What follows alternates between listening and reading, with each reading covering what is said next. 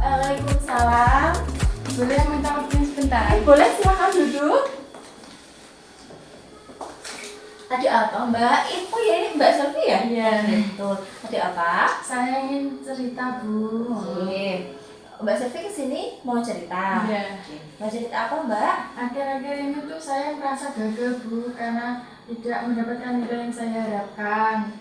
Terus kayak aku merasa bodoh, kok aku gini ya, gitu. Oke.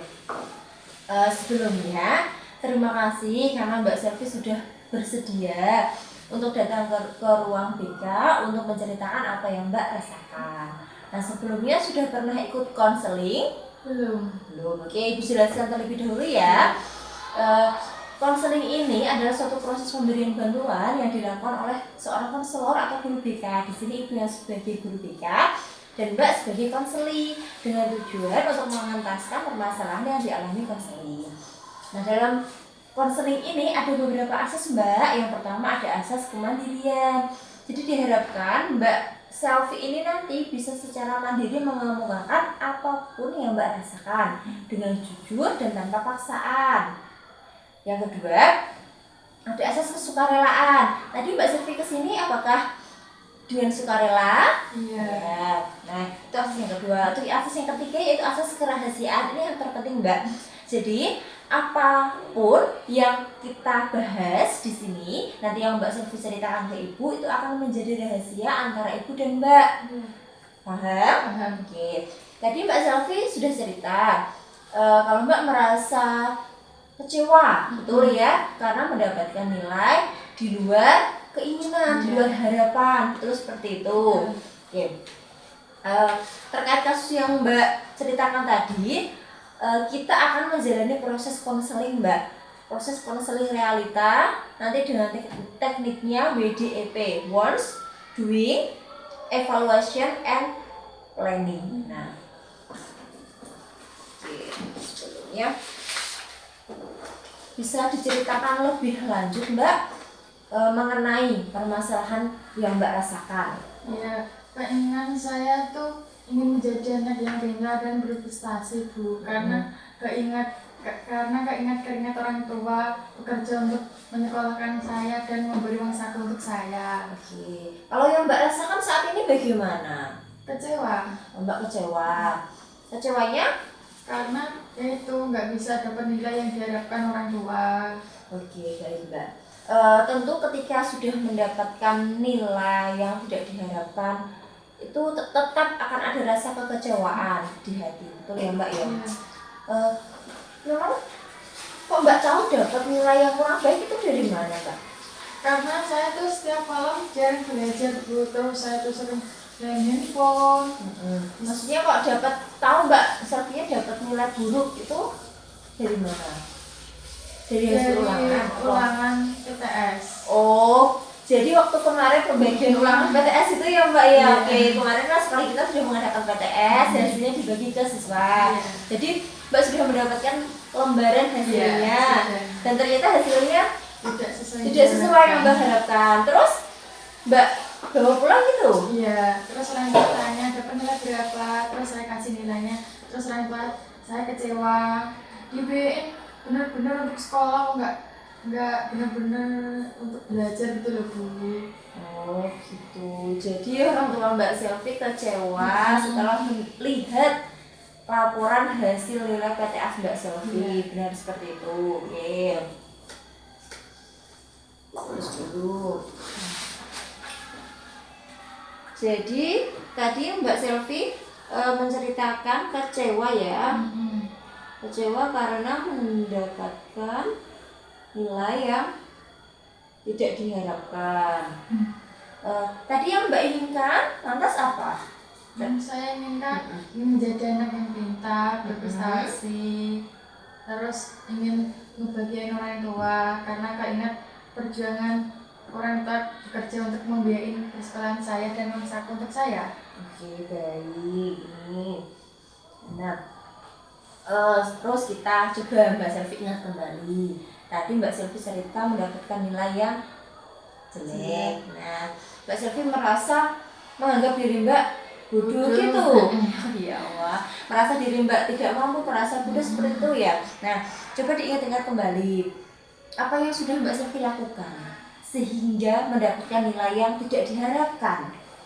Saya tuh setiap malam sudah mencoba untuk tidak bermain HP, tapi tuh rasanya kayak ingin bermain HP terus gitu loh Bu. Oh, berarti mendapat nilai yang tidak memuaskan karena bermain HP malam hari. Sampai berapa jam Mbak satu malam? Kadang 2 jam, 3 jam gitu loh Bu. Sampai 3 jam. Itu ngapain? Scroll TikTok Bu. Oke, karena scroll TikTok akhirnya jadi tidak belajar seperti itu. Jadi tidak buka-buka HP. Berarti kemarin waktu sebelum PTS belajar atau tidak Mbak? Tidak. Oke, berarti tidak belajar ya? Iya. Oke, makanya mendapatkan nilai yang kurang baik. Oke. Kalau di kelas bagaimana Mbak? Akhir-akhir ini saya di kelas sering diam Bu. Mm-mm. Karena apa tuh? Karena Kak memikirkan memikirkan orang tua kecewa sama saya gara-gara nilainya jelek. Oke, Mbak di kelas sering diam karena memikirkan orang tua yang kecewa. Nah, coba kita melihat kembali kemarin yang Mbak lakukan di kelas. Seperti apa yang membuat nilai Mbak itu jadi tidak memuaskan?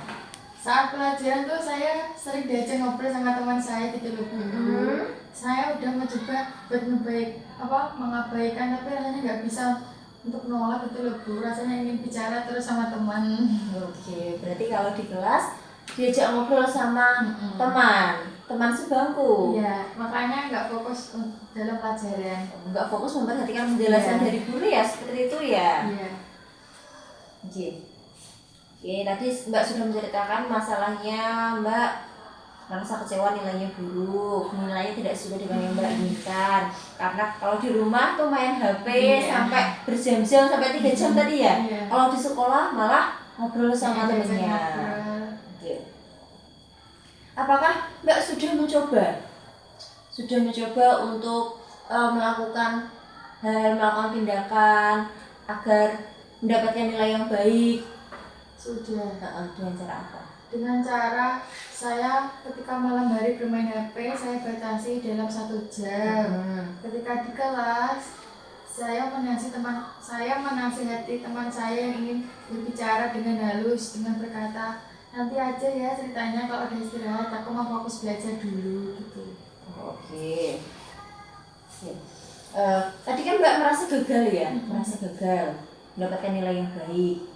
Apakah kegagalan tersebut yang sudah Mbak lakukan? Tadi Mbak sudah berusaha untuk main HP, karena kan main HP terus, HP sampai 3 jam. Sudah mencoba berubah enggak Mbak? Sudah, tapi itu nggak bisa Bu. Rasanya kayak ingin main handphone terus gitu. Oh, berarti sudah berusaha, tapi untuk menahan godaan HP itu sulit gitu Mbak? Sulit banget Bu. Oke, tadi Mbak juga sudah menceritakan kalau di kelas sering diajak ngobrol sama temennya. Gimana, sudah ada tindakan apa yang Mbak lakukan biar tidak diajak ngobrol? Sedikit gimana? Ya kadang ya diajak ngobrol, terus kadang ya saya juga ikut ngobrol Bu. Berarti belum ya, masih kalau temennya ngajak ngobrol masih ngobrol, masih ikut ya, masih terbawa suasana dengan teman ya. Oke. Ibu, ini ada Mbak lembar konseling realita dengan teknik WDEP. Ini tadi keinginan Mbak apa? Yang Mbak alami apa tadi? Silakan ditulis. Untuk doingnya yang sudah Mbak lakukan.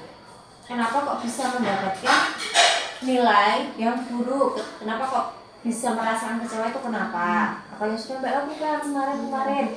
Terus evaluasi. Tindakan apa yang sudah coba Mbak lakukan tapi masih gagal, itu apa? Dan rencana kedepannya akan bagaimana juga, kasih dulu.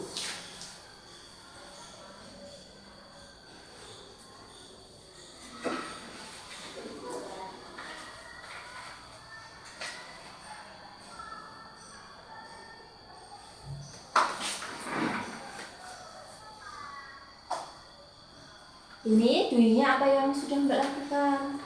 Yang membuat nilai-nilai Mbak ini tidak memuaskan.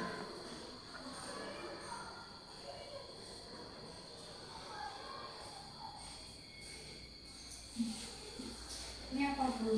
Oh, evaluasi apa tindakan yang sudah Mbak lakukan tapi masih gagal.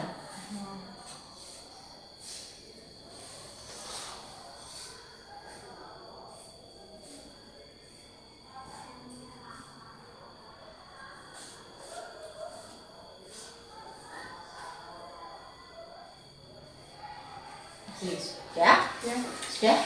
Ya sudah. Oke, kita flashback lagi ya Mbak ya. Tadi Mbak menceritakan bahwa Mbak merasa kecewa karena nilainya Mbak berdasarkan dari hasil PTS tadi tidak sesuai dengan harapan. Nah, yang itu yang membuat Mbak merasa bodoh, merasa tidak berguna ya Mbak ya, betul? Nah, terus yang selanjutnya tadi hal itu disebabkan karena Mbak yang main HP-nya berlebihan di malam hari sampai melupakan belajar, betul. Di kelas juga seperti itu, diajak ngobrol sama temannya, Mbaknya ikut ngobrol, akhirnya tidak mendengarkan penjelasan guru. Nah, di evaluasinya tadi Mbak sudah mencoba untuk nggak main HP, nggak pegang HP, tapi kok susah gitu. Susah, masih tergiur dengan HP. Di kelas juga sudah berusaha nggak ngobrol sama temennya, tapi nyatanya juga masih tetap. Nah, gimana Mbak? Dari yang Mbak ceritakan, yang Mbak rasakan tadi, apa Mbak ingin seperti ini lagi nanti di PTS selanjutnya? Tidak, saya ingin berubah menjadi lebih baik. Oke, Kak, Mbak ingin berubah menjadi lebih baik. Nah, coba apa yang akan Mbak lakukan ke depannya? Rencana planning Mbak ini coba tuliskan di buku.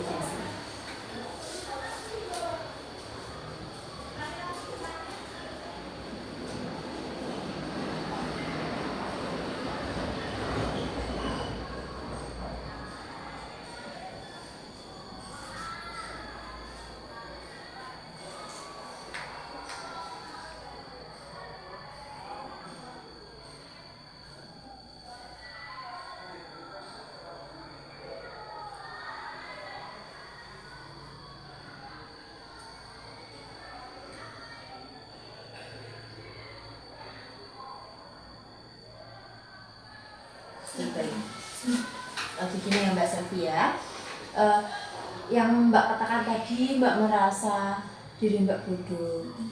Mbak, sebenarnya tidak ada orang yang bodoh kalau mau berusaha, kalau mau belajar. Akan tetapi ketika ada niat untuk belajar, terkadang ada hal-hal yang menghalangi niat itu untuk terwujud. Tadi yang Mbak jelaskan, penghalangnya apa?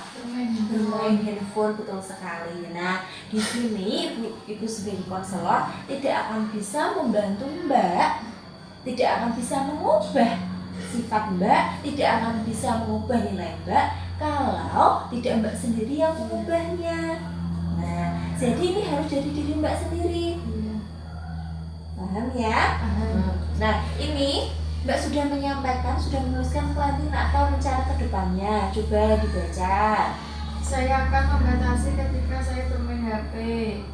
Saya akan menasihati teman saya yang mengajak saya mengobrol. Jadi mengobrolnya setelah jam istirahat. Waktu jam istirahat. Oh iya, nah ini bagus sekali Mbak. Ini yang pertama Mbak tuliskan, saya akan membatasi ketika saya bermain HP. Ya, terus sekali. Ini poin yang penting Mbak, karena tadi penyebab Mbak menjadi malas untuk belajar karena HP. Nah, ini membatasi boleh kok Mbak, bermain HP itu boleh kan untuk hiburan, karena mungkin jenuh ya Mbak ya. Setelah jenuh di sekolahan dari pagi sampai siang butuh hiburan, butuh refleksi, boleh. Tapi terkadang kalau tidak bisa menggunakan HP dengan baik, Mbak akan menjerumuskan. Jadi membatasi bermain HP itu betul sekali yang akan Mbak lakukan. Yang kedua, ini saya akan menasihati teman saya yang mengajak saya ngobrolnya di jam istirahat. Bagus sekali Mbak. Nah, langkah-langkah ini tentunya langkah yang tepat yang akan Mbak Selvi lakukan, ini langkah yang tepat. Akan tetapi kembali lagi Mbak, nah langkah ini Mbak Selvi yang bisa melakukan, bukan Bu Sofi ya. Mbak Selvi yang bisa melakukan. Jadi Ibu percaya, Ibu yakin kalau Mbak Selvi punya kemauan yang kuat, punya tekad yang kuat untuk menghilangkan kekecewaan tadi. Karena Ibu Mbak merasa kecewa, Mbak merasa bodoh, untuk menghilangkan kekecewaan tadi, nah, saya yakin Mbak bisa. Nah, dicoba ya Mbak ya. Coba nanti seminggu ke depan akan Ibu pantau lagi perkembangan Mbak Selvi seperti apa. Nah, nanti kita adakan konseling yang kedua ya, untuk mengetahui sudahkah ini komitmen rencana ini sudah Mbak Selvi lakukan atau belum, dan bagaimana perubahannya. Nah, setelah ini dilaksanakan. Gitu ya Mbak Selvi ya. Nah, Ibu yakin Mbak Selvi bisa melakukan ini kalau punya tekad yang kuat. Nah, Mbak Selvi bukan orang yang bodoh, kalau mau baru sah. Itu ya Mbak ya. Oke. Ada yang ingin disampaikan lagi ke Ibu? Sudah. Oke, baik. Karena ini juga sudah jam istirahat ya Mbak ya. Silakan Mbak Selvi melanjutkan aktivitasnya kembali. Terima kasih sudah meluangkan waktunya untuk bercerita ke Ruang BK. Kita ketemu berarti minggu depan lagi ya Mbak ya. Saya juga terima kasih ya Bu, sudah meminta waktunya sebentar. Iya, sama-sama. Jadi silakan dibawa nanti buat evaluasi, coba nanti seminggu ke depan bagaimana.